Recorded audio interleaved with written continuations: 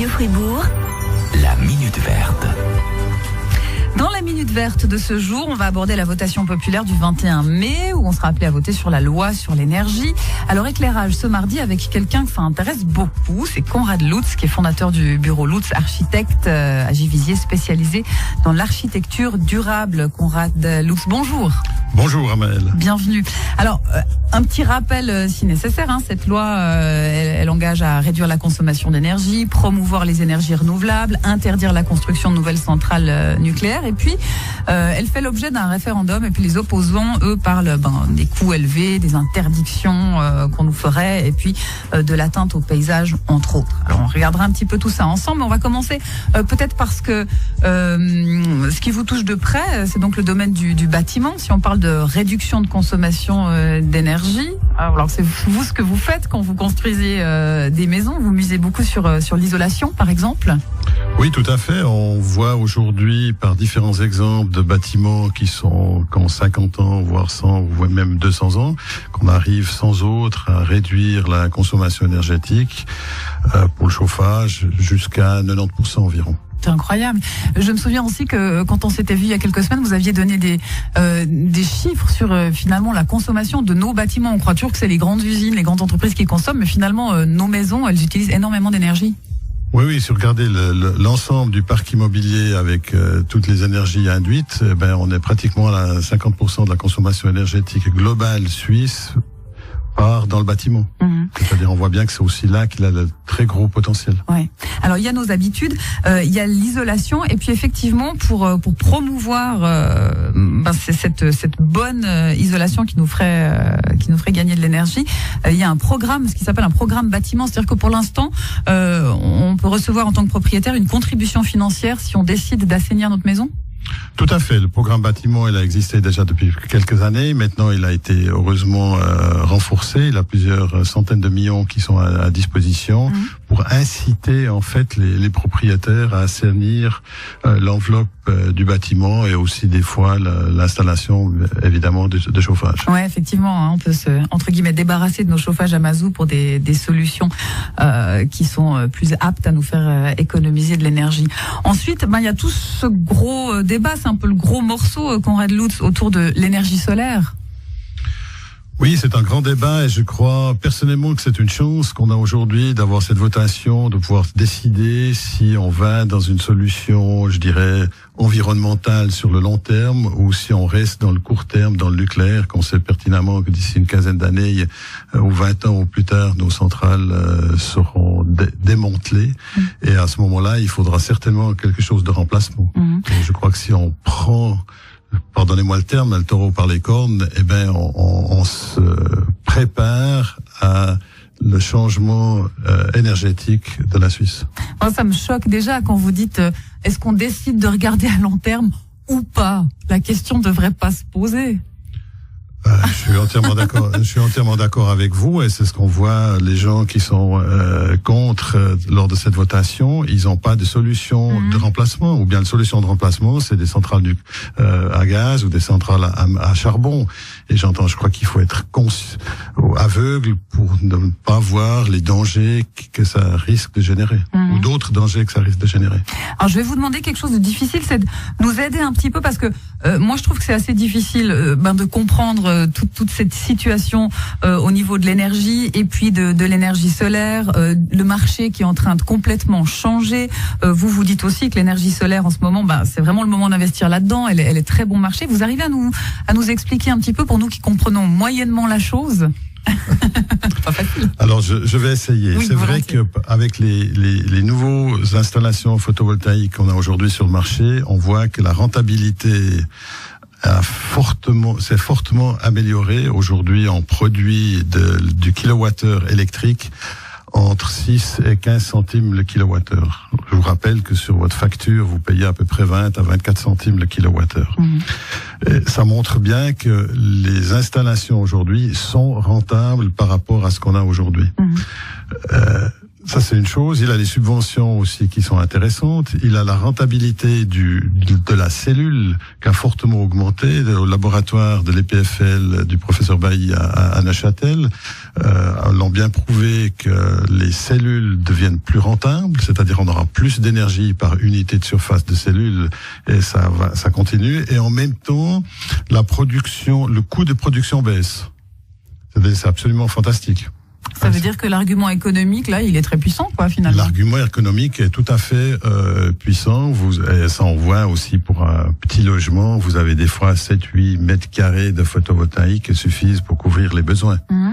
Alors évidemment, c'est pas toujours dans le temps, parce qu'en été, vous allez produire beaucoup plus d'électricité que ce que vous avez besoin. Mmh. Et c'est pour ça qu'on va utiliser, ou qu'on utilise déjà maintenant les barrages en altitude, pour pouvoir, c'est en fait nos batteries d'électricité, entre le jour et la nuit, et aussi entre l'été et l'hiver. Mmh. Ce qui est intéressant aussi, c'est que quand on est un privé, même quand on est une entreprise, j'imagine, on peut revendre l'électricité qu'on produit en trop. Bien sûr. Alors, il faut bien être conscient qu'on a toujours intérêt à faire de l'autoconsommation. Mmh. Tout ce que vous consommez vous-même, c'est là que vous avez le plus grand gain. Oui. Mais, comme je disais tout à l'heure, la production en été, en plein jour, c'est là que vous avez aussi besoin de moins d'énergie. Et cette énergie-là, vous allez la vendre, ou bien, ça sera possible avec la nouvelle loi, vous pouvez la vendre à vos voisins, c'est de nouveau de l'autoconsommation, ou bien vous la vendez à le fournisseur d'électricité, et lui va la stocker dans un barrage. Et puis une chose toute simple, qui est bonne à rappeler, c'est que cette énergie-là qui nous vient du soleil, on risque pas de rupture de stock.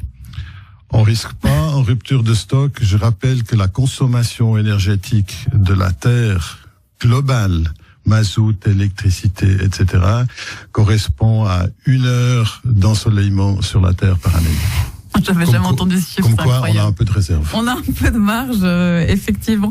Alors, je sais que les référendaires, eux, ils s'inquiètent aussi des emplois qu'on pourrait perdre si on ferme les centrales, si on change notre moyen de consommation d'énergie. D'un autre côté, si on commence à utiliser beaucoup d'énergie solaire, on va créer des emplois dans ce domaine-là aussi. Vous en pensez quoi, Konrad Lutz ? Je prétendrais même que, sans connaître les chiffres précisément, mais le nombre d'emplois qui ont été créés pour les installations, la fabrication, respectivement les installations des cellules photovoltaïques pour le solaire, sont probablement plus grands que les emplois dans le nucléaire. Mmh. Je vous remercie en tout cas parce que vous rendez les choses très claires. Est-ce que vous avez envie de dire aussi un mot sur la mobilité, parce qu'on parle aussi dès 2021 des émissions de CO2 des voitures qui vont baisser d'un quart? Oui, tout à fait. Je constate toujours dans les débats de la mobilité, les gens disent c'est la voiture électrique, elle est chère, etc. Au bureau, on a 4 voitures électriques.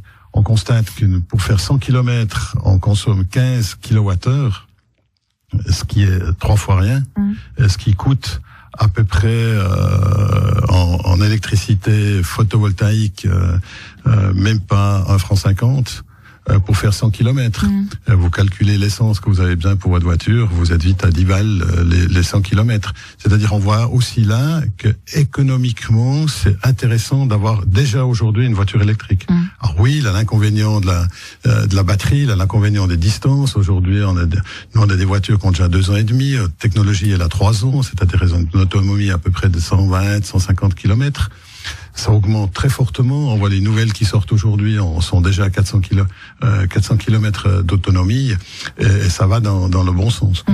Là, je vous amène juste un instant sur un autre débat. Par exemple, par rapport à cet encouragement à acheter des voitures électriques, il y a des gens aussi qui disent attention à l'énergie grise, parce que toutes ces voitures électriques, oui, elles vont polluer moins, mais elles polluent beaucoup quand on les construit. Et puis, on sera incité toutes les années ou tous les 2 ans à changer de voiture électrique, parce qu'elles vont évoluer aussi. Alors, il a un élément qu'on doit recycler, c'est la batterie. Et aujourd'hui, les fabricants nous garantissent que je crois qu'on peut recycler les batteries à peu près à 90 ou 95%. Le reste, la voiture, elle a moins d'entretien qu'une voiture à diesel ou à essence, parce qu'un moteur électrique est beaucoup plus fiable qu'un moteur à explosion. On a des exemples de moteurs électriques qui tournent sans arrêt depuis 20, 30 ans, sans problème. Et ça, avec un moteur à diesel ou un moteur à explosion, vous pouvez pas le faire. C'est-à-dire au niveau de l'entretien du véhicule en soi, je suis certain que c'est plus bas. D'accord. Même en prenant en compte la construction du véhicule et tout ça. Absolument. Très bien. Alors, pour conclure gentiment, on va aussi reprendre un petit peu les arguments des gens qui sont pas d'accord avec cette loi sur l'énergie, parce qu'on n'a pas encore parlé de ça, mais ce qu'on nous apprend, c'est que finalement, les énergies renouvelables vont être facturées aux ménages un petit peu plus cher que d'habitude, et puis ça voudrait dire qu'un ménage de 4 personnes payerait 40 francs par an de plus. Et les référendaires, ils arrivent avec une somme de 3200 francs par année. Pour nous effrayer, c'est quoi ces 3200 francs ? Alors, ça, c'est une information politique pour faire capoter une votation. Je trouve assez scandaleux de jouer sur la peur pour informer objectivement les gens.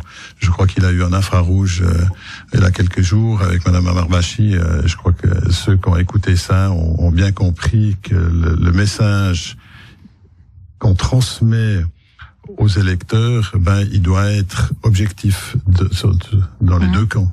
Et ce n'est malheureusement pas le cas, et ça, je le déplore. Ils évoquent aussi toutes ces restrictions. Alors, on pourra plus rouler en voiture parce que ça coûtera trop cher, on pourra plus se doucher avec de l'eau chaude, etc. Mais après, c'est aussi un peu le problème dans cette société on veut bien faire mieux, mais en même temps, on veut rien lâcher de notre confort, quoi. Ce que je constate, nous, on est dans l'économie d'énergie depuis bientôt 40 ans. Chaque fois qu'on l'a fait, on nous critique, on dit que ça va coûter cher, on va pas survivre, on aura froid ou je ne sais pas trop quoi encore. Et je suis toujours encore là, mes collaboratrices et collaborateurs aussi.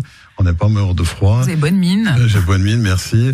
Et on voit que c'est faisable. Il faut une adaptation, c'est clair, mais la plus grande adaptation, elle est mentale. Et si nous, Suisses, nous sommes prêts à faire cet effort pour dire, tiens, on peut être aussi un exemple pour tout le monde, pour avoir une énergie plus économique, plus facile à faire et à profusion, parce que l'énergie solaire, on l'a à profusion pour les prochains millénaires, je crois qu'on fait un petit pas, mais dans le bon sens. Vous parlez de changement mental, ça se résume à ce qu'on a dit tout au début de cet entretien, c'est-à-dire viser sur le long terme et puis pas sur le court terme, penser aux générations futures et pas seulement après nous le déluge, comme on dit. Absolument. Ouais. Je voulais évoquer aussi juste le dernier argument qui est peut-être le plus léger et puis le plus facile à démonter, c'est quand même que ça va dégrader le paysage, tous ces panneaux solaires, toutes ces éoliennes, parce qu'une centrale nucléaire c'est très joli. J'ai envie de dire. Vous avez quoi à dire à ce propos? Vous voyez que vous m'embarrassez avec cette question, mais c'est très bien. Le photovoltaïque, je crois que vous ayez un toit noir ou le photovoltaïque est bien intégré, je crois que ça peut être très très beau. Là, j'ai aucun problème avec ça. Avec les éoliennes, je peux partiellement comprendre ceux qui sont contre. Parce que si vous voyez une forêt d'éoliennes sur les crêtes du Jura, il a eu des photomontages qui sont certainement exagérés, mais quand même que là on soit critique, je dis oui, ça c'est juste. Je crois qu'il faut peut-être aussi décider de cas par cas. Si c'est vraiment intéressant ou pas, parce que le calcul est vite fait. Pour remplacer une centrale nucléaire par du éolien, il faut plusieurs centaines d'éoliennes. Donc c'est pas quelque chose qui vous inquiète a priori que la Suisse va être défigurée? Je crois pas. En soi, c'est une belle machine. Vous envoyez des offshore au Danemark, etc., ou aux Pays-Bas, qui sont absolument magnifiques. Dans un paysage montagneux, je dirais peut-être que il faut qu'on soit critique par rapport au visuel du paysage. Mais aussi à la situation, quand c'est important de trouver des nouvelles solutions. Tout à fait. Ouais. C'était très très intéressant et puis merci d'avoir vulgarisé si bien les choses. Je rappelle que cette votation elle a lieu le 21 mai prochain et puis je donne volontiers encore le site de votre bureau d'architecte. Conrad, c'est Lutz, LUTZ-architecte au pluriel.ch. Une bonne journée encore, merci à vous Conrad. Merci bien. Au revoir.